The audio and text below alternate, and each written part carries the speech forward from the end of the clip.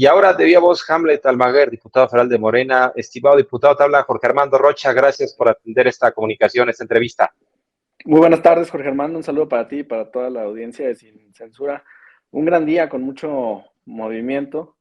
Se han estado muriendo de la envidia Lorenzo Córdoba y Ciro Murayama. Nunca en su vida recibieron una invitación tan honrosa como esta. Esto es muy importante porque esta reunión que se lleva a cabo con consejeros del INE en Palacio Nacional sería impensable si estuvieran aún Ciro Murayama y Lorenzo Córdoba. ¿Qué implica esta reunión? Porque ya sabemos que habrá quienes digan, el presidente quiere tomar el control del proceso electoral, quiere imponer a su candidato o candidata. A ver, ¿qué te parece esta reunión de entrada, estimado? Bueno, el país tiene retos importantes para las elecciones de 2024.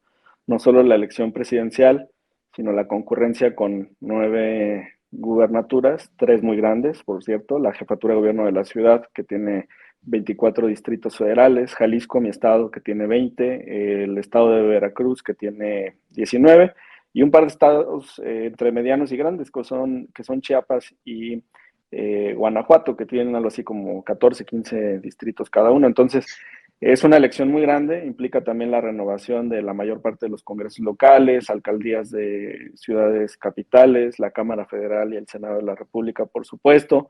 Votación desde el extranjero, que ya tuvimos un programa piloto muy pequeño, ahora con el Estado de México, en 4 representaciones consulares, se permitió el voto presencial con un registro muy engorroso y complicado que cerró la participación a cerca de 350 personas, pero México tiene una representación en el exterior con más de 100 sedes. Entonces sería muy interesante que para 2024 los mexicanos que viven no solamente en Estados Unidos, en Canadá, sino también en Sudamérica, en Europa, en África, en Asia, pudieran votar por la presidencia de la República.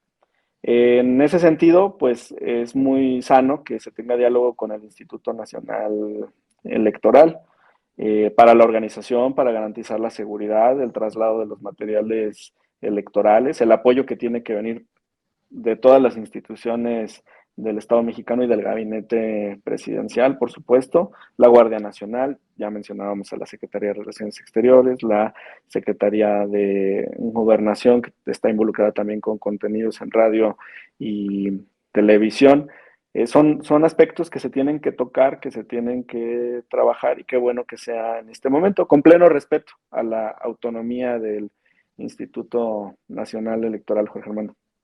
Entonces, estimado diputado, desde tu punto de vista estamos a tiempo para que en 2024 haya un proceso electoral y una elección, sobre todo esta presidencial, que sea ordenada, en paz, democrática, que ya desterremos el ratón loco, las urnas embarazadas, la utilización de recursos públicos, de despensas. O sea, estamos a tiempo de evitar esas prácticas y que sea el pueblo el que decida. Yo creo que aquí hay una preocupación muy legítima del presidente López Obrador. Él quiere pasar a la historia como un demócrata, como alguien que no se metió, como lo hizo en su momento Vicente Fox en favor de Felipe Calderón, o como lo hicieron tantos presidentes en turno para favorecer a su ungido.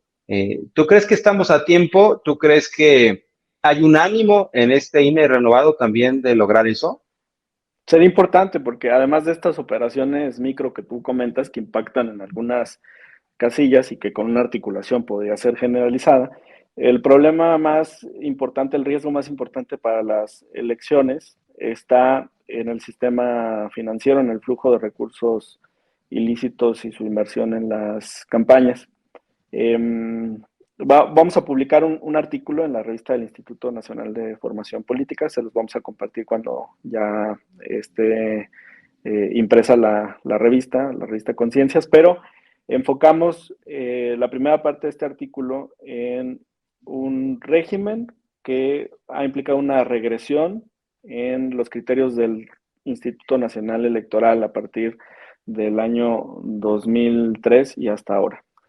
En 2003 se emite la sentencia relacionada con Pemex Gate y con amigos de Fox. Y en el caso de Pemex Gate vino una sanción importante, multimillonaria, porque se habían desviado 640 millones de pesos, pero al final lo que se pudo comprobar fueron 500 del sindicato petrolero de Pemex y que fueron a parar a la campaña de Francisco Labastida a partir de algunas operaciones estructuradas.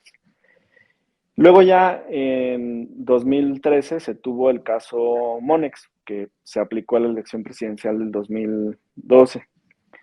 En este primer evento de Pemex Gate vino la multa multimillonaria.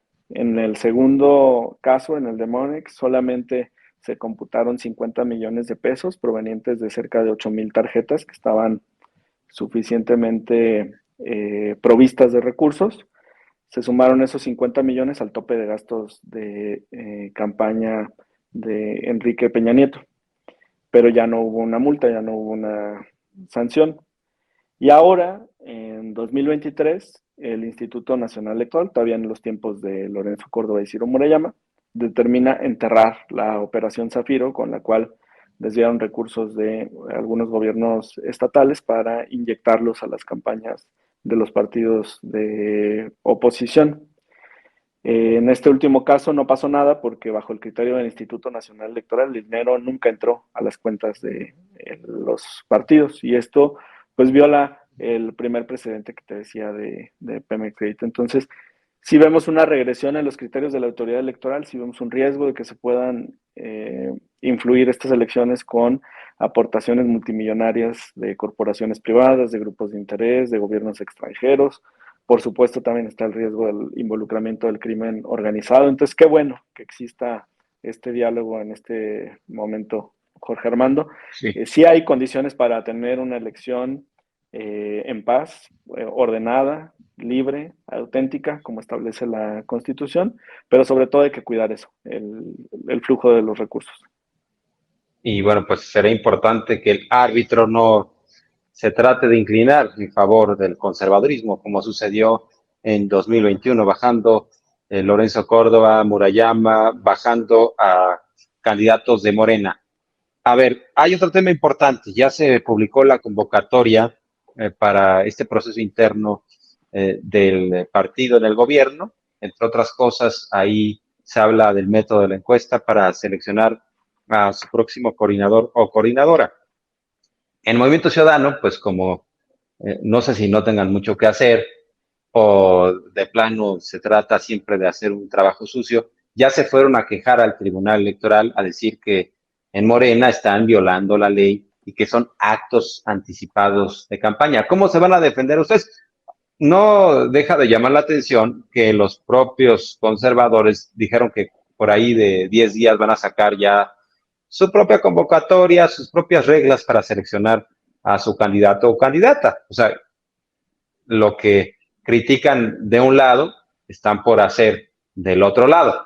Pero bueno, eso se queda ahí como anotación. De cualquier manera, ¿qué pueden decir ustedes para defender que esto no se trata de una campaña adelantada? Pero es que, insisto, tenemos que ejercer la memoria y pues son bastante cínicos, ¿no? O sea, Vicente Fox inició su campaña 3 años antes, desde que era gobernador de Guanajuato, y no se diga, por ejemplo, Enrique Peña Nieto, a él hicieron una telenovela allá en Televisa y su vida la llevaron al canal de las estrellas, ¿no? Para promoverlo cuando era candidato, antes de que fuera candidato, cuando era gobernador del Estado de México. Pero bueno, ahora están muy agudos revisando cada paso que dan ustedes, porque la verdad es que como no tienen con qué, pues está más interesante saber que si Adán, que si Claudia, que si Marcelo y que no sé quién. Pero ¿cómo ves la cosa y cómo defender esta postura ante el Tribunal Electoral? Bueno, primero en Morena estamos eligiendo a un coordinador o coordinadora nacional de defensa de la Cuarta Transformación, es decir, es un cargo interno del movimiento y esto explica muchas cosas, entre otras, que sea a través de una invitación restringida, digamos, que no esté abierto a toda la ciudadanía, ni a todos los militantes, ni a todos los simpatizantes. El acuerdo del Consejo fue convocar a 4 personas que consideramos que cuentan con la trayectoria, con la capacidad, con la experiencia, con el nivel de conocimiento, con cercanía a la Cuarta Transformación como para poder aspirar a este cargo tan relevante. Y además se abren las puertas a nuestros aliados, PT y Verde, para que postulen a un aspirante a este cargo. Quien resulte vencedor en esta contienda por un cargo partidista va a tener en sus manos a la estructura completa del partido, del movimiento en todo el país. Que después esa proyección y ese liderazgo al interior del partido como coordinador de los comités de defensa de la Cuarta Transformación derive en una eventual y posible precandidatura o candidatura es otra cuestión diversa. Claro que los medios de comunicación, sobre todo los tradicionales, viendo la capacidad, experiencia, trayectoria, compromiso de estas personas, de estos perfiles, pues ya lo señalan como precandidatos o candidatos a la presidencia de la República. Pero en este momento en Morena no estamos en esa discusión. La convocatoria es muy cuidadosa en ese aspecto. Ya tenemos precedentes. En el caso de Coahuila, tuvimos un evento cerca de Torreón el año pasado. Asistió pues una parte importante de los perfiles que eran competitivos en el estado, que tenían proyección. Estuvieron también liderazgos del movimiento, tanto de las bancadas como de la propia entidad, presidente estatal, delegados, consejeros y demás. Y fue entonces cuando el INE emitió una lista negra, si se acuerdan de este punto. Y la empezó a ampliar, metió ahí a muchos de los integrantes de la bancada y demás. Dictaron medidas cautelares en el instituto, esto se impugnó ante el tribunal y en definitiva la sala determinó que no existieron actos anticipados de campaña. ¿Por qué? Porque lo que se estaba disputando en ese momento, igual que ahora, era la coordinación de los comités de defensa de la Cuarta Transformación en el estado de Coahuila. Entonces, la estructura es esa. Primero disputamos ese cargo y luego ya pensamos en las aspiraciones políticas democráticas naturales que cualquier ciudadano tiene dentro de la temporalidad que establece la legislación.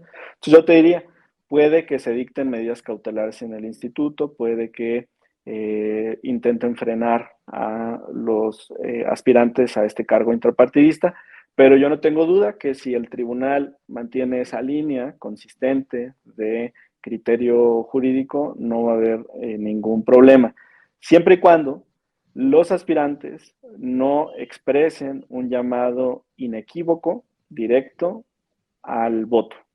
Cuando no se rompe esa barrera, no existen los actos anticipados de campaña.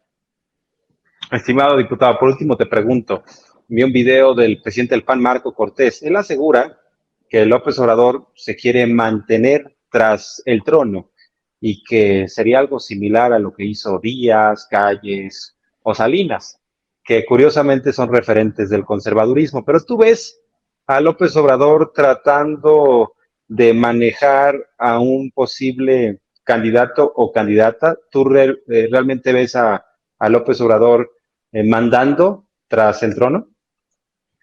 Fíjate que me gusta comentario que hace hoy Jorge Cepeda Patterson en una de sus eh, publicaciones, en una de sus columnas, y que va en línea con lo que ya comentaba en su libro sobre la sucesión presidencial del 2024.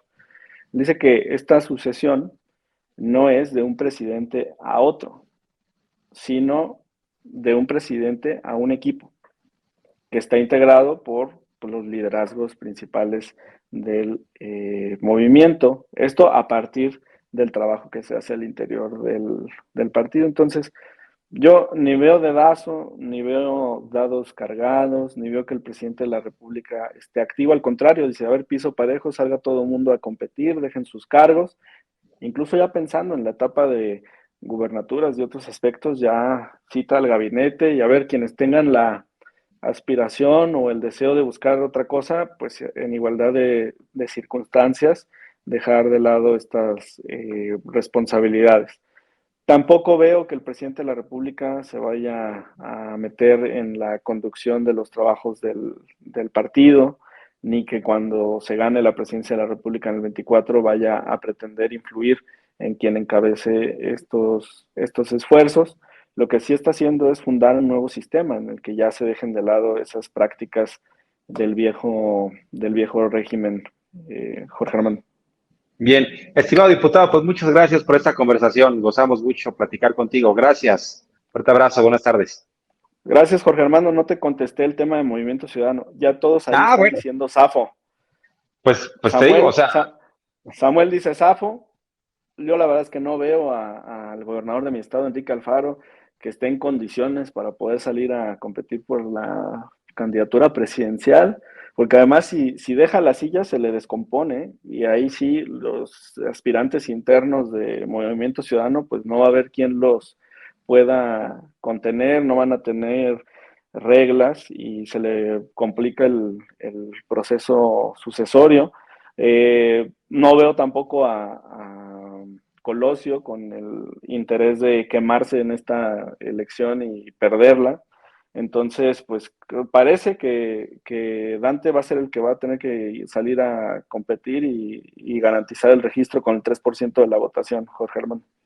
no, pues estaría bastante interesante, sí. En el caso de Alfaro, pues yo creo que no quiere ya más que eso, sino salir de la ratonera.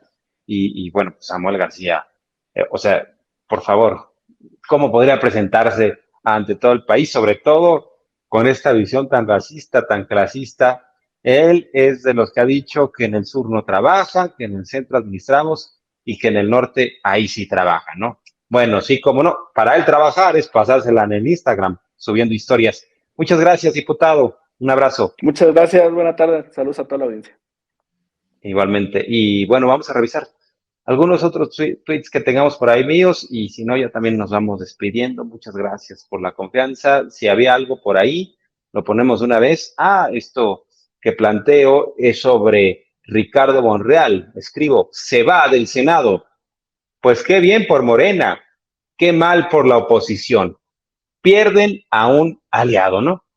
Pues está clarísimo, porque Monreal estuvo jugando, estuvo coqueteando con los conservadores, se lleva de piquete de ombligo con Julián Rementería, coordinador de los senadores del PAN, se lleva muy bien con Osorio Chong, quien era el coordinador del PRI en el Senado, ya cambiaron.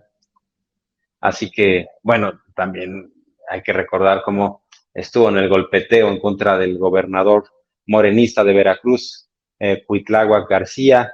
Así que Monreal, francamente, entregado a otra causa. Por eso digo que mal por la oposición que se va del Senado, bien por Morena. Esa es mi opinión. Así que soy Jorge Armando Rocha. Nos estamos viendo aquí también sin censura. Excelente tarde. Pásenla muy bien.